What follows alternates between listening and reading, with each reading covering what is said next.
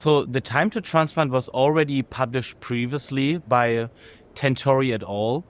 By a paper that was published this year in the journal JCO. And in this paper, the authors looked at the timing of transplant. So if the timing is relevant, dependent on the disease risk.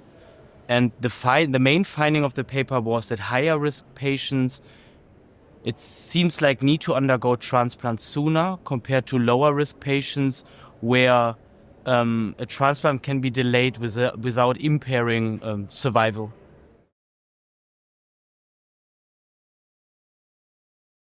That's the main point of our project. So we try to couple treatment response to baseline molecular risk.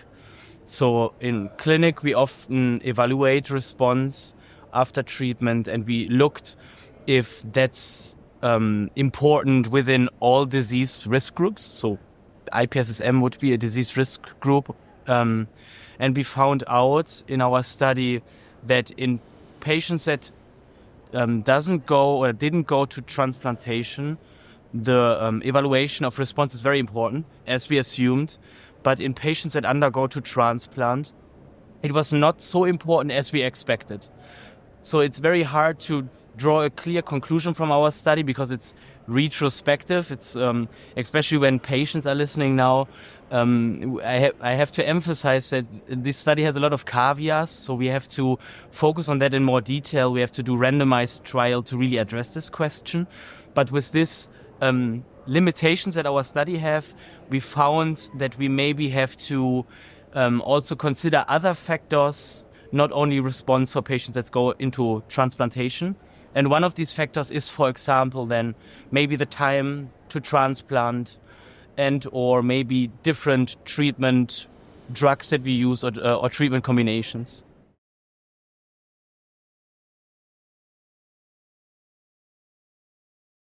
That's a good question that I cannot answer with this study, right? We have to follow evidence, evidence-based medicine, so the data. So there is not such a study that I know of. So we still don't know really exactly, or at least there's no study showing that there's a real benefit of treatment before transplant or without treatment. So that's still something we have to figure out. That's a question we still have to answer in the future. The maybe disappointing takeaway is that we still have to do more studies to really understand it, and that maybe some treatments do not really impact baseline molecular risk. So there's still a high need for new treatments in MDS. The takeaway is that for high-risk patients, a transplant might be a very important factor in the treatment itself. The timing and if there should be a treatment before transplant or not, and maybe especially the question what treatment before transplant, and if there should be a combination of different drugs, that still has to be figured out in future studies. So I'm very much a basic lab researcher. I'm very much interested in new treatment strategies, so kind of developing new drugs, especially for MDS, because there's a high need. So especially what I mentioned with baseline molecular risk, even after transplant, we see that patients with a high risk still perform a little bit worse than patients with a lower risk.